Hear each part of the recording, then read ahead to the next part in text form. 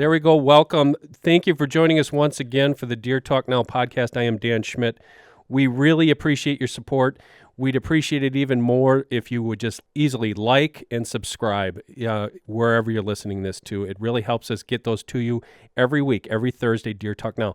Today, I was going to sing the theme song, but I think I'll embarrass myself because I'm talking to an icon, a legend, a hero of mine, somebody who really I modeled myself after getting into this industry, Dan Small. Dan, thank you for joining us today. Well, Dan, it's a pleasure talking with you. And gosh, don't make my head any bigger than it already is. Well, you're too humble that I can't really say that in front of you, but I want you to know that because you've been doing this for a long time, and I've followed you ever since I looked it up. I was a senior in high school when Outdoor Wisconsin first came on, and I've been watching the program ever since then. Fantastic. Well, I get that from a lot of folks. In fact, people with grayer beards and less hair than you often say to me, "Gosh, I've been watching you since I was about that tall." I'm not quite that old, but yeah, we went on in the mid 80s, and Outdoor Wisconsin, the TV show, is no longer in production. And there's a long story behind that I won't go into, but it's related to COVID and some other things. But I'm still doing my annual Deer Hunt Wisconsin show, which this year was, I think, the 33rd annual. 33rd annual. I was going to Yeah. ask you about. I was going to ask you about that.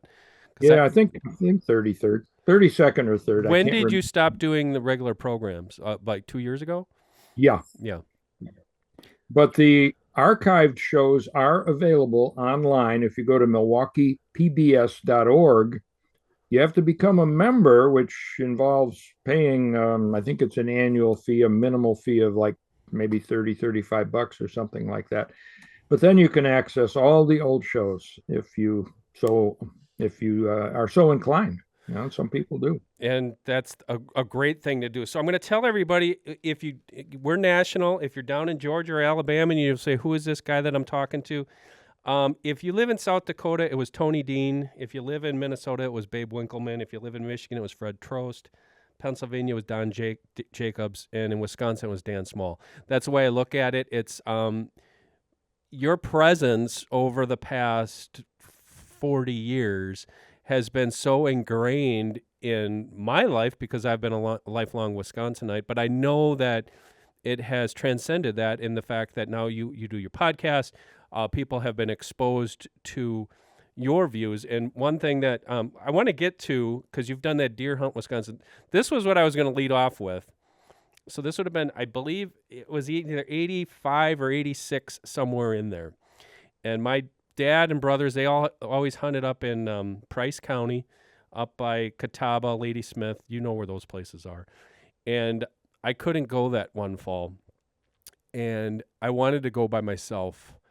And so I went by myself, and I didn't actually shoot the deer. A guy on the land shot this deer. I tagged it, which was legal, and I did not know how to field dress it. And I had just watched, it was a red-bearded version of you field dressing a deer, and I had put a Ziploc bag in my jacket because you said, oh, you take the Ziploc bag and you put the heart in there and you save it. And I'm like, I'm going to do that. I'm going to impress my dad.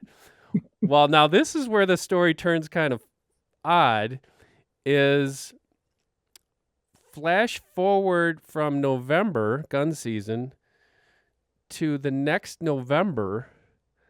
I went down into our basement. We used to get the orange jackets out, hang them on the wash line a week before the season, to descent them.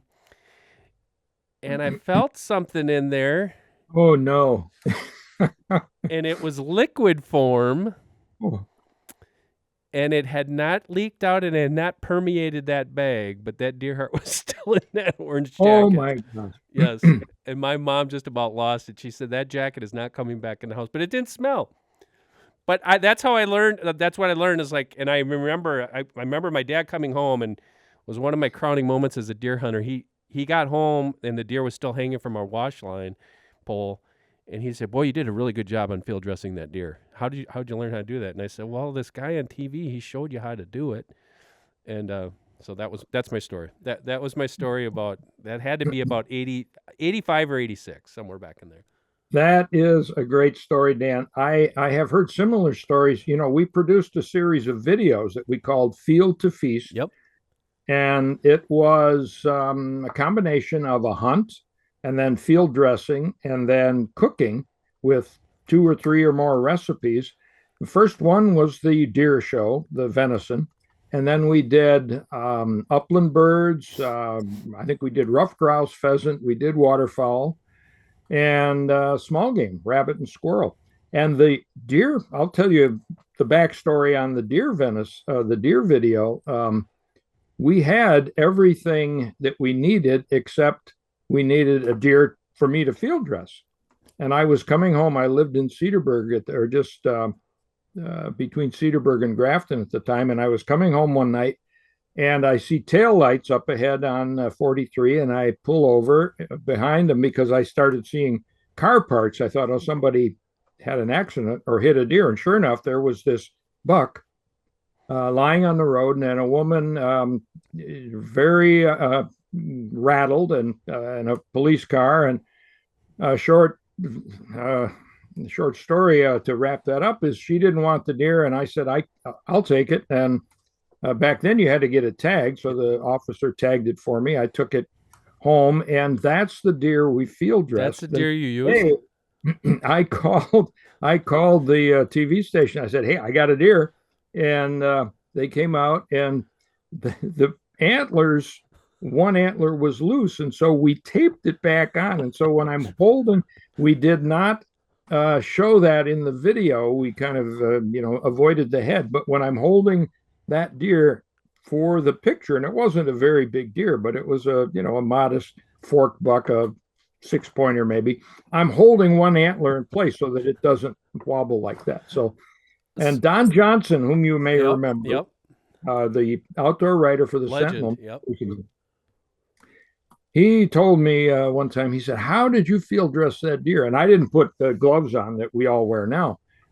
He said, how'd you field dress that deer without getting blood all over you? Well, and then I told him the story. It had been, killed the night before, and I guess the blood all drained out. I don't remember whether the blood was in the chest cavity or what, but, as luck would have it, that deer was not badly beaten up. That's what I was going to ask, because I've done 3 of them in my life, and I will never do another one, a roadkill.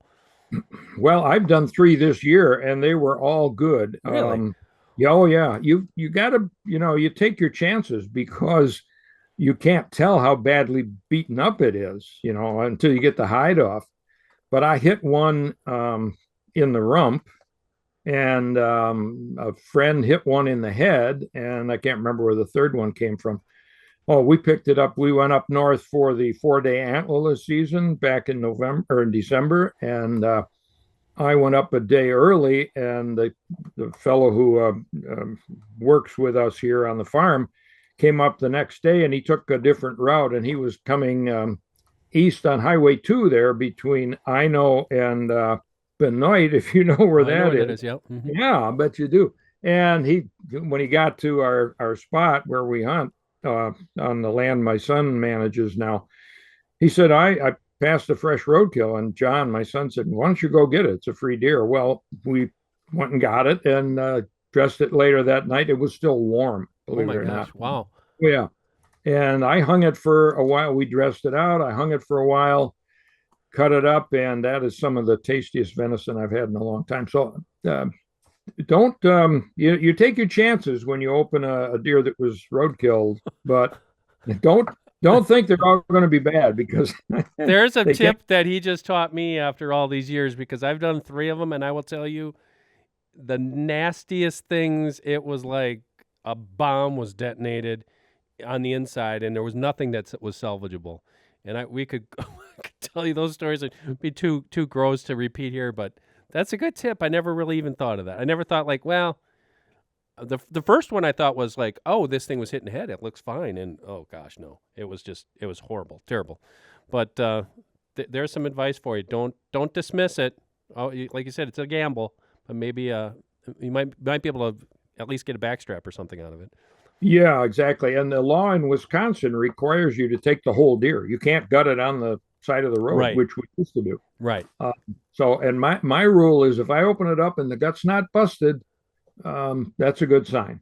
You may lose some meat, from bruising, but you can grind that up for a burger or, we have a cat Sausage. that loves venison. And so anything that we don't eat, I grind up and call it cat food. Well, Toby eats well. and that's good. And that's another thing that Dan and I share in common is um, you, I don't want to say live off the land, but very judicious with growing vegetables and harvesting wild game and things like that. And that's kind of the reason. I mean, when I got into it, I saw other people doing it, and we did it growing up.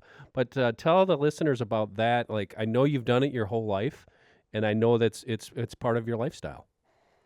It is, Dan. And, we moved to a small farm in Vernon County, which is in the southwest corner of Wisconsin in what's known, excuse me, what's known as the Driftless area, Yep.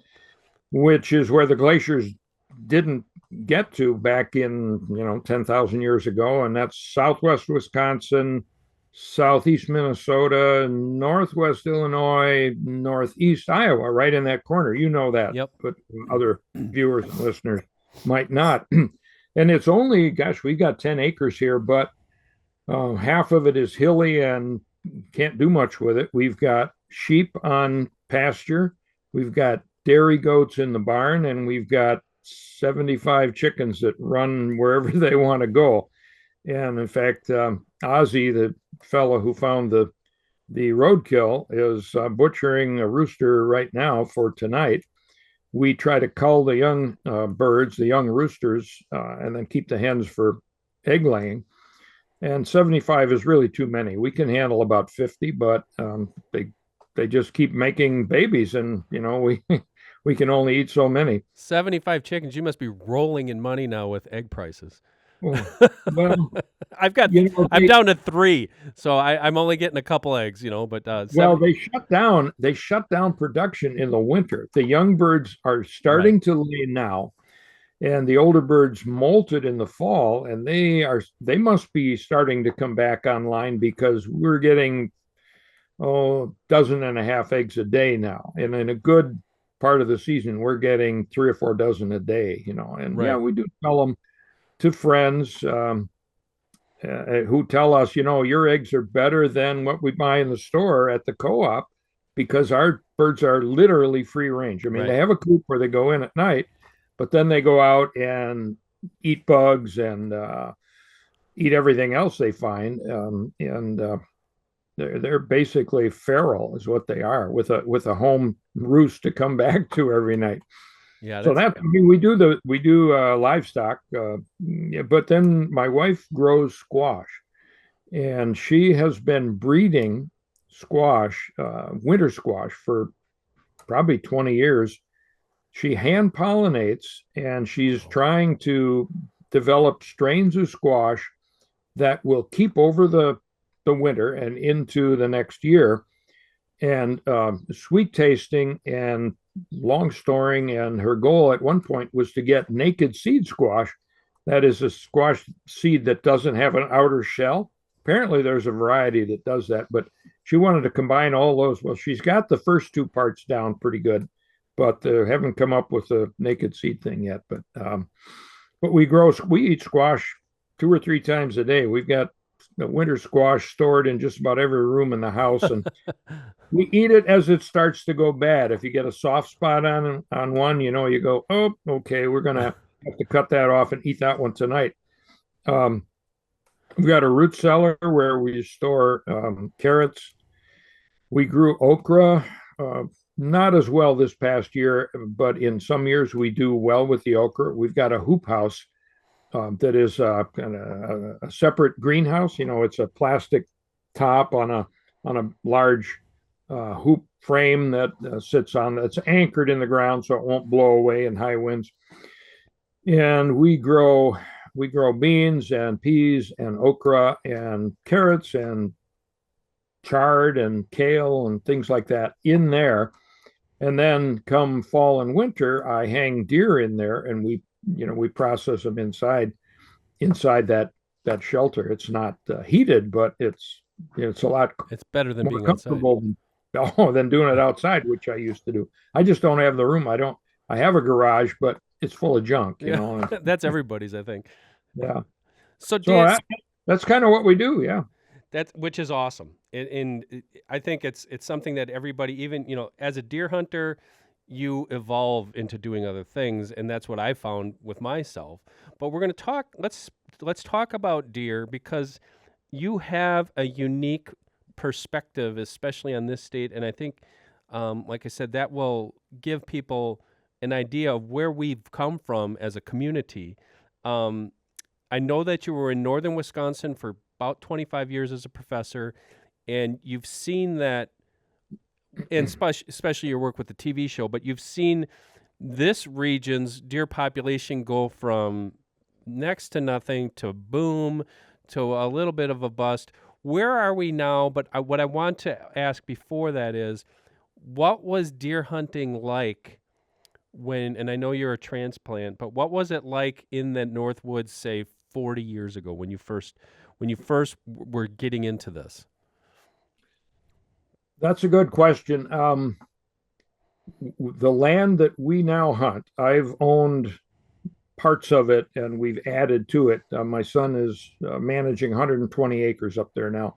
We've owned that for almost 50 years, starting with 40 acres and growing. And I hunted it in 1975. That was the first year that we moved onto that place.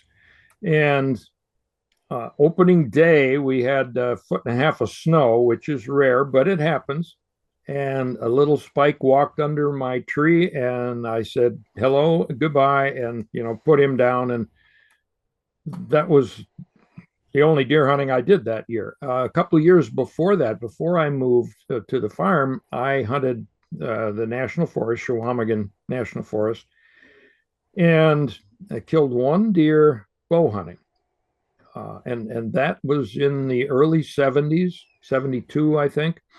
It was a doe, a fawn, and I was hunting on a railroad track grade down by the White River with a friend, and this fawn jumped onto the track 10 yards ahead of me. We were walking to where we were going to take our stands, and I drew the bow and shot her, and managed to get that deer. And when I went to register it, I couldn't find a station that would register it. There were gas stations that had those familiar red signs that say deer registration. I took this deer in there, and the guy, the older gentleman, probably my age now, said, I said, I don't want to register a deer. And he very disdainfully, he said, no, we just do the big stuff during gun season. And so they didn't register, bow kills. And I said, well, how do I register? He said, oh, you go call the warden. So I called the warden, went to his house, and he tagged the deer. And that deer was one of about 7,000 bow killed deer that year, 1972. Fast forward to now, and he probably killed 7,000 a week Yeah, during the bow season.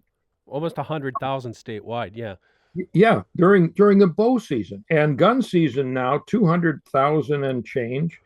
I don't have the exact numbers in front of me. I do. Um, You keep talking, I'm gonna back, look them up. yeah, back in the mid 70s That's right. on our land, and that's really the only place we have hunted up there.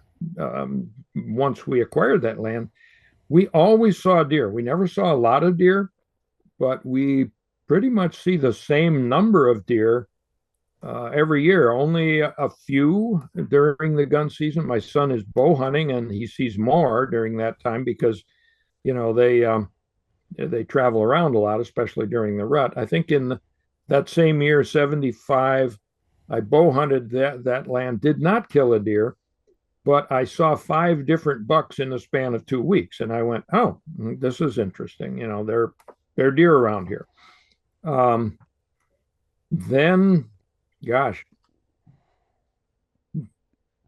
then along came the 90s, when deer populations just went off the charts in southern Wisconsin and central Wisconsin. And guys of your generation many who have only hunted in that, started hunting in that time period, and now they don't see as many deer. They say, oh, where are all the deer? I used to see 50 or 100 deer a day. That's way too many deer to see in a day or a season or a year, for goodness sake. Um, and I don't have all the answers to why deer numbers have declined since then here in Wisconsin, but they have they are not as abundant as they used to be, but there's still plenty of deer, and in some areas, too many deer. Um, Absolutely. and hunters aren't taking enough of them. So I don't know. That's I'm rambling all over the place. No, But that's all right. Do you remember? This is a side note for me because I'm interested in this stuff. I talk with Ted Nugent about every day about archery history. Do you remember what kind of bow you used when you first started there in '72? I had a herder's recurve, Wow. and then I switched to a Joy Valley archery compound made in La Crosse. I can't remember the guy's name, but gentleman from La Crosse from the Joy Valley Archery. I think his wife's name was Joy. Had the little tiny wheels on them, you know. Then what did I go Is to? that what you shot the deer with?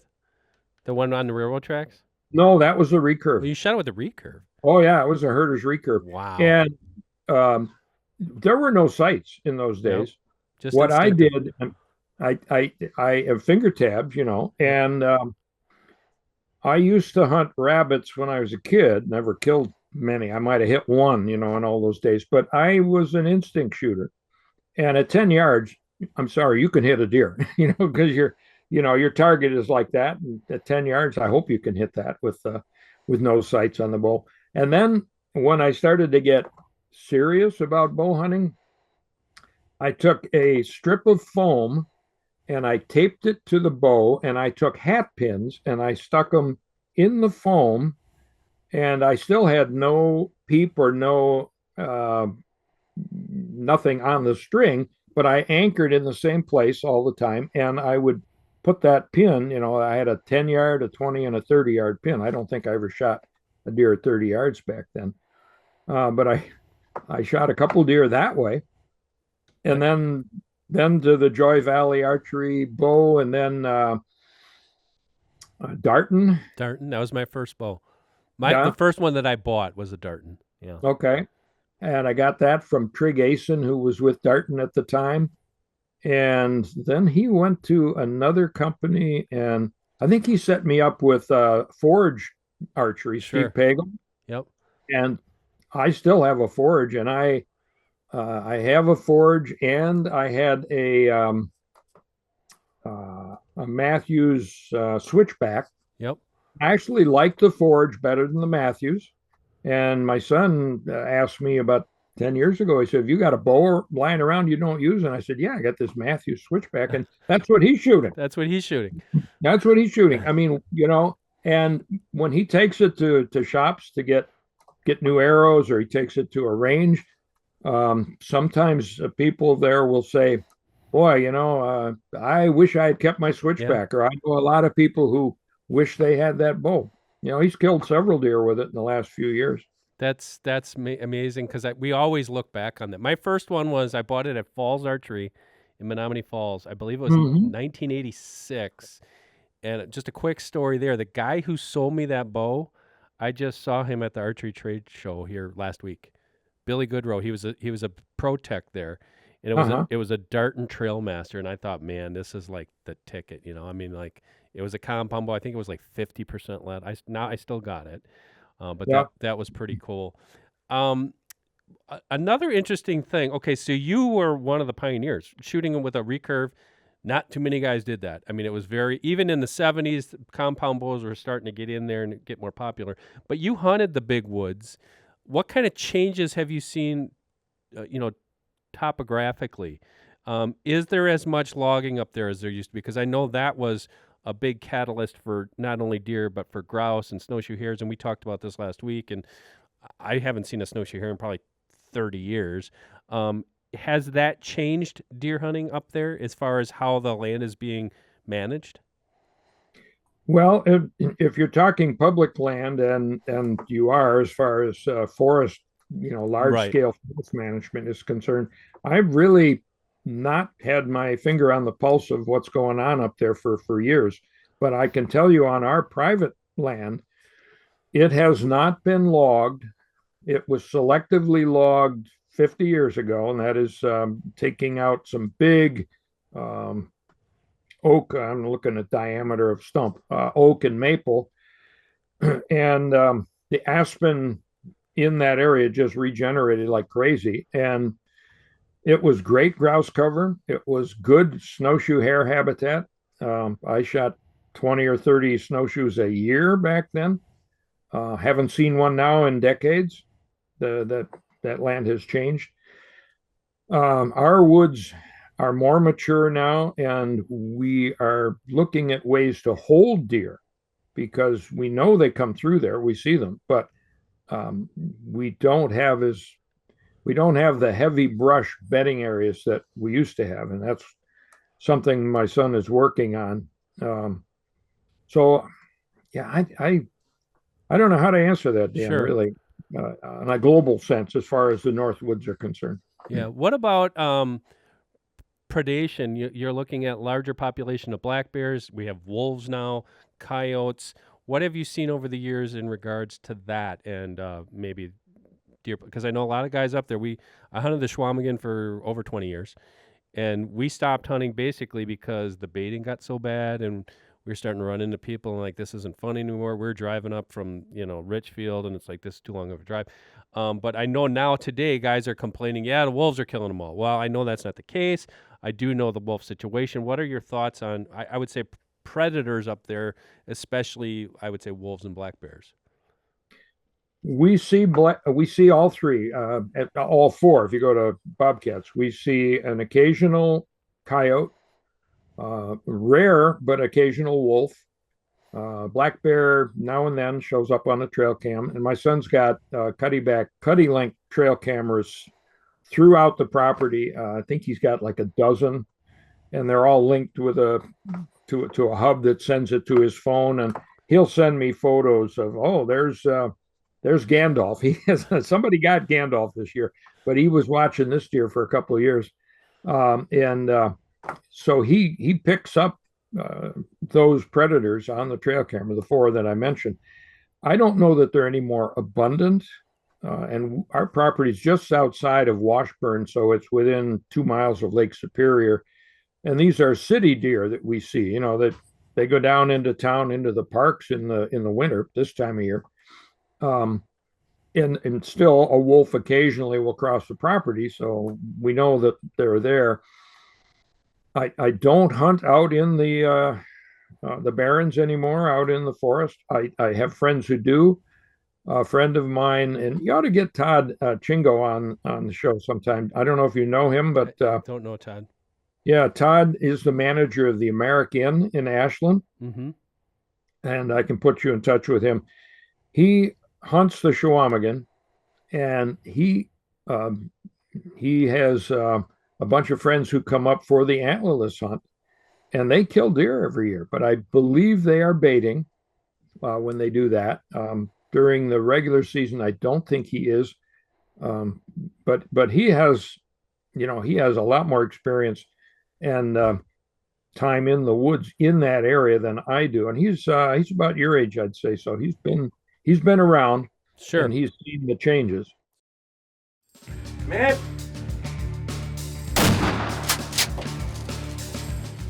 Okay, guys, we're going to take a break and we're going to show some love for one of our sponsors, and that is Hunt Stand. I've been using this for a couple years now, and I'm not a technology guy, but this is extraordinarily helpful. It has really taken my hunting game to the next level, especially for scouting and especially understanding how deer are behaving the way they're behaving on a particular week or month on the properties I hunt. So I'm going to give you a couple examples. There's so much packed into this app, I'm not going to be able to tell you about them today. You're just going to have to take a look at it for yourself. I have the Hunt Stand Pro version. There's two segments here that are extraordinarily helpful. The one, I mean, there's a lot, but the one is the property info. Yes, there's a lot of apps out there with property info. This one will show us precise property lines, and this is especially important when you're hunting near on small properties and near public land. That's just one example. The big one that I use, there's two actually. One is called the Hunt Zone. This one has saved me many times. Basically, it's a zone that you put over the top of your hunting property. It will show you real time how the wind is affecting, or how the wind is blowing predominantly on that particular day. The weather is really nice because it's going to tell you the barometric pressure, the wind, visibility, gusts, cloud cover, precipitation, humidity. That's big. But also you can go to, there's a Solunar tab. It will tell you sunrise, moonrise, overhead, moonset, and it actually gives you peak activity time. Very helpful, and you can plan that out through the week. So if you want to make the most of your hunting adventures, download the Hunt Stand app right now. You will not be disappointed. You can find it in the App Store or go right to their website, huntstand.com. Let's switch it then, Dan, to just your career. How did you get into the television thing and outdoor Wisconsin? I know you did it for a long time. I know your background. You have a PhD in French, right? Yeah. And from Rice University. How did you get into TV and specifically outdoors when there wasn't too much of it really back then? There was some. We saw some programs. I mean, I remember American Sportsman with Kirk Gowdy. That was going in the 60s and even into the 70s. But we didn't see the industry, especially deer and deer hunting. Deer and deer hunting kickstarted the whitetail industry in 77. So you were starting before that. What drew you to outdoor television? Well, I started writing for outdoor magazines in the 70s. I actually, when I was 12 and I grew up in Western New York State, I wrote a brief summary of roadkills that we found on the road when going hunting and fishing, and got it published in New York State Conservationist back in, I don't know, 60 or 61, something like that. And I always wanted to be an outdoor writer.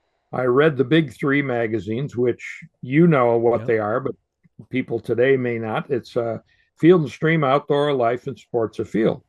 And I would read those magazines every month. I had favorite writers in each one.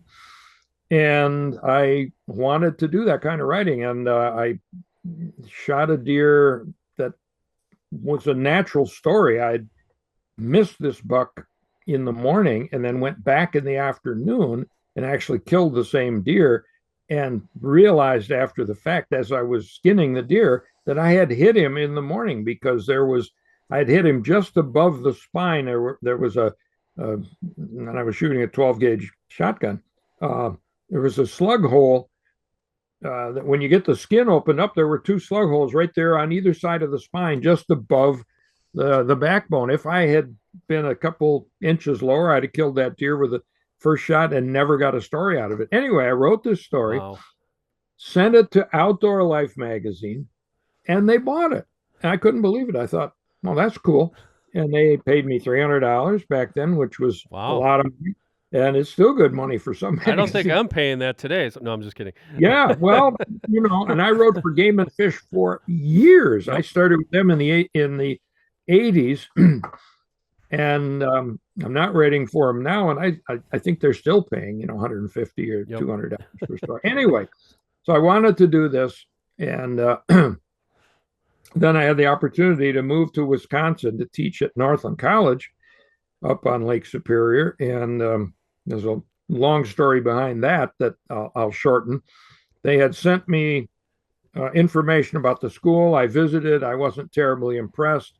And then they sent me the college catalog for 1972. And when you open the catalog, there in the inside of the front cover was a picture of Mike Brasic, who was graduating the year before, in his cap and gown, standing on the Bayfield dock on commencement day, holding still live, the world record brown trout. Wow. And I said, that must be the place. And so, I mean, there are other factors, but that got me to northern Wisconsin. Then I was writing for magazines. I wrote for Tom Petrie's Wisconsin Sportsman. Yep. I was a Northwest field editor. And at my first Outdoor Writers Association of America meeting in 1984 in Traverse City, uh, Don Johnson was there, and I had applied for his job because he was retiring, With this, and was I it the didn't get it. Sentinel or the Journal? Uh, That was the Sentinel, Sentinel, Terry yes. Coper. It was Yep. between me and Coper. Terry got the job. They told me later because he had reporting. He was a journalist. I was a teacher. I had taught journalism, but I had never worked as a reporter, and I wrote features. They wanted a journalist. So Coper got Johnson's job. Don told me for years, he said, "Boy, you're lucky you didn't get that job. It was a terrible job." I said, "Yeah, it was really terrible. They sent you to Africa. They sent you to Argentina to shoot doves. To Alaska. What's wrong with that? It's like you get this all the time. I'm Yep. sure all you do is hunt and fish, Yep. and you have a great time. Yep. Well, there's a lot more behind. Anyway, so Johnson tells me there's this TV station in Milwaukee that's looking for somebody to host an outdoor show. And I said, "That's nice." And he said, "No, you got to give them a call." So on my way home to Washburn from Traverse City, I stopped in Iron River at a phone booth. And I called Jack Abrams, who's the guy who was my contact at Channel 10 in Milwaukee, who later became my director. And we worked together for almost 30 years. And I told him who I was, that Don Johnson had told me to call him. And he said, "Well, when can you come down for an audition?" And it was a couple of weeks later, I went down for an audition, and he called me back a week or two after that. And he said, "We want you to host the show. We'll pay you $100 a week and gas." $100 a week and all the roadkill you can eat. Really, $100 a week and gas money. And of course, the gas money was more driving from Washburn to That's like, Milwaukee. for people who don't know, that's from one end of the state to the other. Basically. 350 miles. So I commuted for the first season. We shot a bunch of shows that summer, and I thought, well, we'll bass fish, we'll walleye fish, we'll go deer hunting, we'll go grouse hunting, and this show might last a year or two. We'll run out of things to do. Well, as you know, your magazine is still going. How many stories can you write about deer hunting, for crying out loud? And you've been doing it for all these years. Yep. Well, that's the same thing with the outdoor show. And so it turned out that you can fish for bass this way or that way, top water, deep water, walleyes in the weeds, walleyes on the rocks, walleyes pre-spawn, post-spawn, fall, et cetera, et cetera, et cetera. And then there are all the people. I mean, I have had the opportunity to hunt and fish and paddle a canoe with some of the most interesting people in the state. And then people would tell me, "Oh, you got to meet my uncle. He makes birch bark canoes." Or you got to join this guy. They camp out in the winter. And we did a show with, all those people. And one thing leads to another. And here we are, 35, 30. Did you line up all those trips and all those stories, or were they telling you, "We need you to do this or that"? Well, the folks at the Milwaukee PBS are city folks, and they're not outdoors people. They're few of the technical staff, videographers actually did some hunting and fishing, and so they had some contacts. And it was two engineers at the station.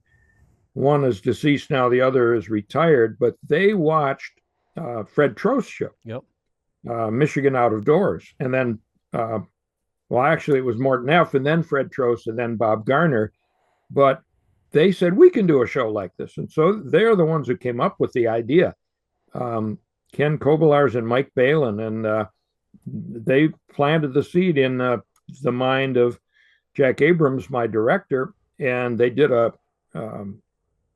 what do they call it? A pilot. They did a pilot with a fellow who took a job out of state afterwards. Otherwise, he'd probably still be hosting the show. And they got, letters, real hard copy letters, postcards and letters. They got a whole bag full of letters from people saying, "Oh, that's a great show." And that's when they decided to do, to make a series out of it rather than just a one-off special. So, um, You got all the plum ones too, because I remember.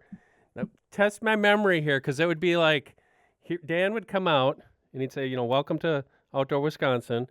Today, Linda Sleeslick is going to be doing some boring thing at Nature Center. Tom Newbauer is going to try to back in a boat at Lake Pewaukee, and I get to go deer hunting. yeah, You always got the good ones. I'm going rabbit hunting, but so they would tell you, Dan, we want you to go up to wherever, whatever you were doing that day. And how many shows did you produce? One a week? Was it 52, or was it less than that for a year? the first 2 years we did 52, Wow. one a week, and got them on the air. We finished editing the show on Tuesday, and it aired on Thursday. We shot my bridges, what we called bridges, the opens, the Yep. segues, the introduction to each segment, on Monday, and edited Tuesday, put it up on the satellite by Wednesday because other stations pulled it down and aired it. And then it aired on Thursday. I came up with a lot of the ideas. Each individual producer, you mentioned Linda Cieslik, Tom Neubauer, Nancy Frank was Oh on yeah. for years. Yep. She and I did a cookbook There was the other after. guy who was always on doing the White River rafting with the cowboy hat. Yeah, Larry Bandy. Larry Larry Bandy. Bandy, Yep. he was Yep. on there for a while. Jim Denomi, Sharon Morrissey. Oh gosh, and then in more recent years, Judy Nugent got on there with us for a while, and Elizabeth Kramer, and I may be forgetting one or two, but each producer was expected to come up with his or her own ideas, and the folks at the station would get calls, or they would just get wind of something, like they'd read a story in the paper or in the magazine. Oh, you ought to go do this or do that. And in my case, I tried to line up. I didn't do them all, but I lined up as many as I could. And because I was now, Tom is a hunter as well as a fisherman, but he's more of an angler. And early on, we decided, that is Jack and I, my producer, and I decided that I should do most or all of the hunting segments, because there are laws, there are ethics, and there's safety concerns, and we don't want to put camera crews at risk. We don't want to portray anything that's illegal or unethical or dangerous.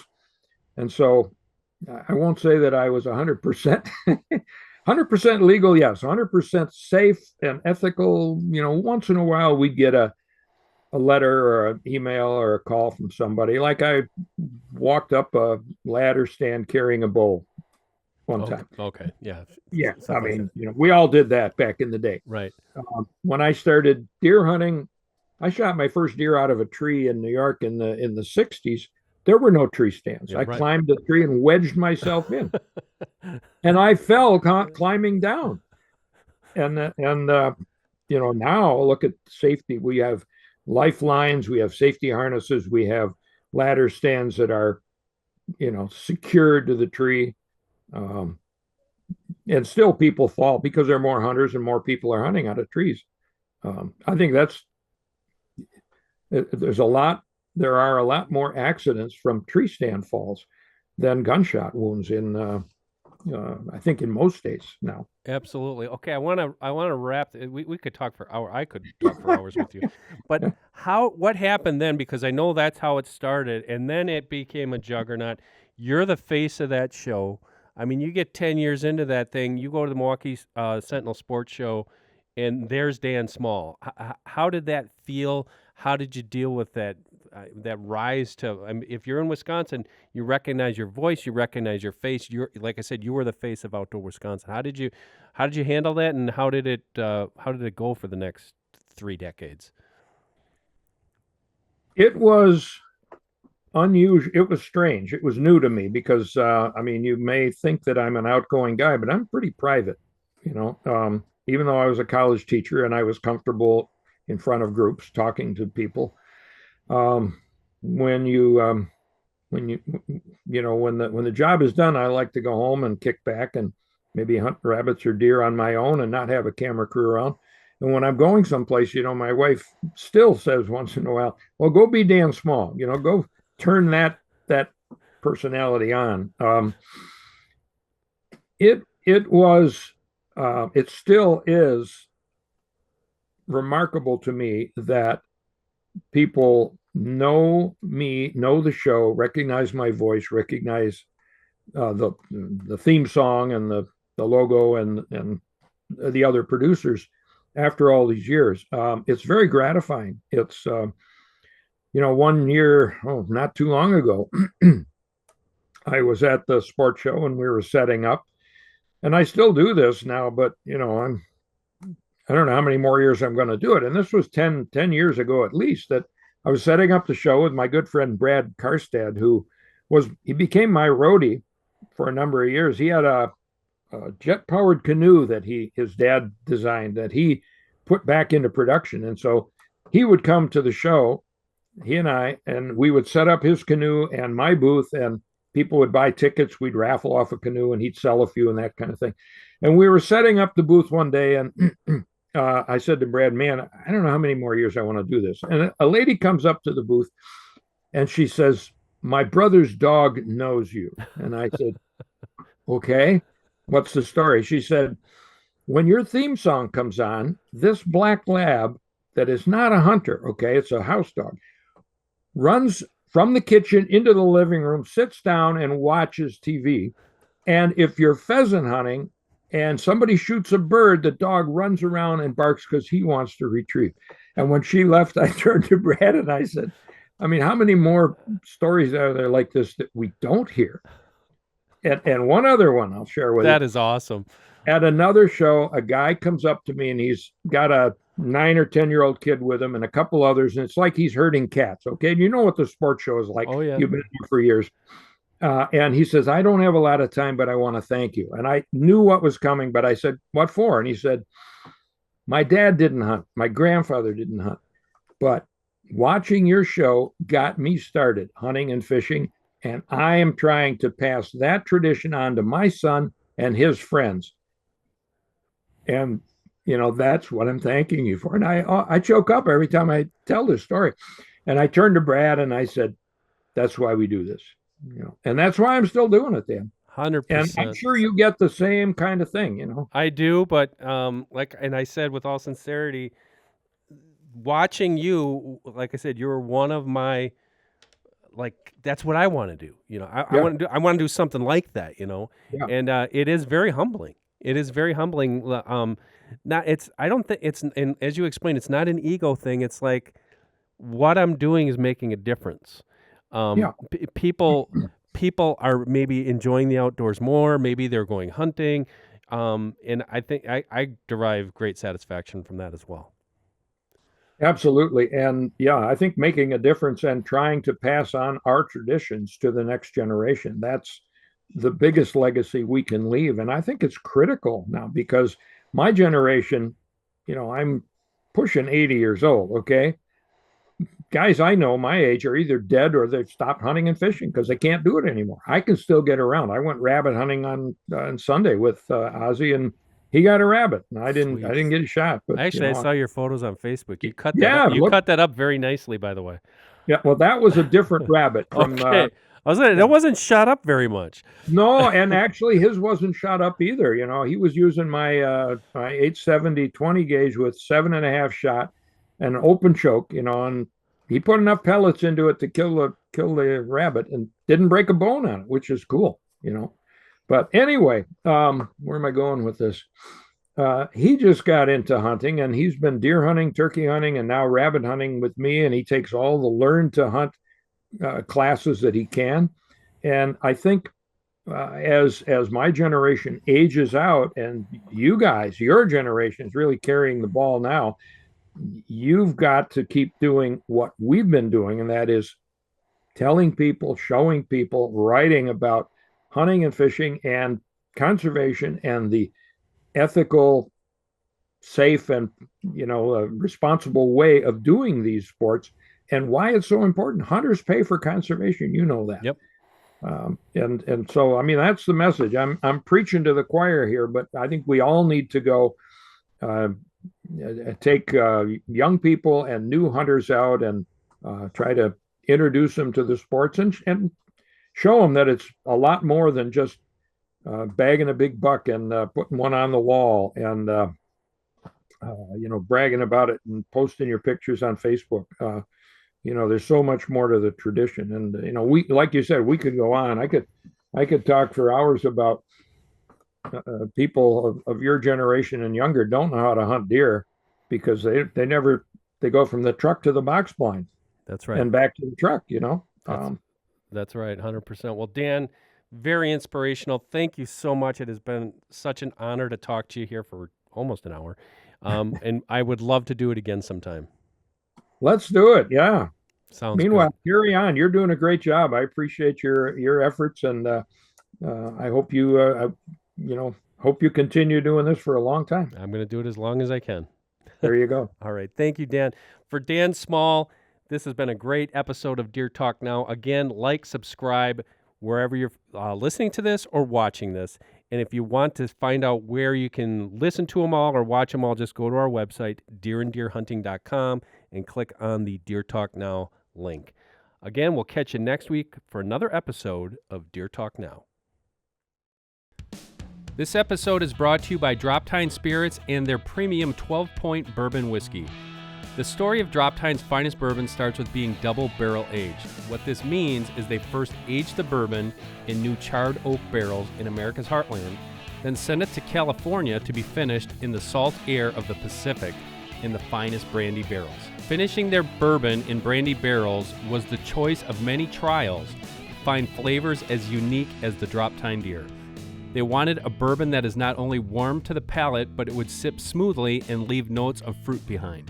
They found the perfect brandy barrels in the Russian River Valley near Sonoma, California, and what they created is a bourbon whiskey that exhibits a sweet, floral, almost honey-like aroma, balanced by caramel, toasted wood, brown sugar, and toffee. 12-point bourbon is only available online. To get a taste for yourself after the hunt, visit droptime.com. Deer Talk Now is also brought to you by HuntStand and the new HuntStand Pro app. Let me tell you, I've been using the HuntStand app for a couple seasons now, and I can honestly say it has changed the way I hunt. There's no more guessing on wind direction, property lines, and stand locations. The app takes my hunting to precise new levels that help me be more successful. The new HuntStand Pro app unlocks unlimited property data on a nationwide basis, including detailed property boundaries throughout the United States and most of Canada, including property owners' names in the United States with detailed ownership information. You can also access detailed public land maps and search for properties on a county, state, or province level. There are so many features that also help you dial in on the best spots based on weather conditions. For more information, visit the App Store or log on to huntstand.com. This podcast is brought to you by Cuddyback Cameras. I'm going to tell you guys, I've known Mark Cuddyback personally for over 20 years, and I've been using those cameras for over 18 years on Deer and Deer Hunting TV. The recent technology in the past few years has absolutely blown me away, and for those of you who don't have great cell coverage where you hunt, Cuddyback's ability to daisy chain from one camera to another camera with new CuddyLink technology is an absolute lifesaver. With the ability to connect 24 cameras, I place one home-based camera at the edge of my property, swap that card out just once a month, and I get a look at all the activity on my entire property. My deer stay unpressured and the conditions are prime for opening day of bow season. For those of you who have the luxury of cell service, check out their new Cuddyback Tracks technology. This is game-changing. For more information, go to cuddyback.com. Deer Talk is also brought to you by Traditions Firearms, a family-owned business and inventor of the new Nitro Fire muzzleloader. When owner and president Tom Hall and his daughter Allison first showed me the Nitro Fire system, I was immediately impressed that it is not only more convenient than conventional muzzleloaders, but it is safer. The ability to quickly remove the powder charge is a big deal, such as when crossing a fence, climbing into or out of a tree stand, transporting your rifle in a truck or an ATV, or when hiking rough hills, wading creeks, or plunging through swamps. I've used the Nitro Fire on numerous Deer and Deer Hunting TV hunts over the past 2 years, and I find it safe, accurate, and very dependable. The gun is available in numerous configurations. To learn more, visit traditionsfirearms.com. The Deer Talk Now podcast is also brought to you by Apex Outdoor Rewards. Hit record and win rewards. Enter the Apex Whitetail Challenge in your state for your opportunity to win big cash. Enter today and get a 4K camera absolutely free. That's a $300 value absolutely free. There are some serious rewards here, guys, so be sure to enter in your state. Who would have thought your next buck could be putting money in your pocket? Reserve your spot today at apexoutdoorrewards.com. The Deer Talk Now podcast is also brought to you by Full Range Mounting Systems. These mounting systems are a great way to manage all of your mounts in a stylish and organized manner. We are using their pedestal mount here on the podcast set for 2 shoulder mounts, and it looks just awesome. Be sure to check out all their mounting solutions at fullrangesystems.com. And finally, Deer Talk Now is brought to you by 10-Point Crossbow Technologies. Hey, if you've watched me on Deer and Deer Hunting TV, you know that I'm an equal opportunity bow hunter, and for most of the past decade, that has also included crossbows. In fact, I shot my first crossbow deer with a 10-point over 12 years ago, and to say that I've been impressed with their technology is an understatement. This year, I'm shooting the new Nitro 505, the fastest crossbow in the world. It is light, compact, and includes the revolutionary AccuSlide cocking and decocking technology. Whether I'm in a tree stand, ground blind, or spot and stalk hunting, I know the Nitro 505 is up to any challenge. Check one out at a dealer near you or log on to 10pointcrossbows.com for more information.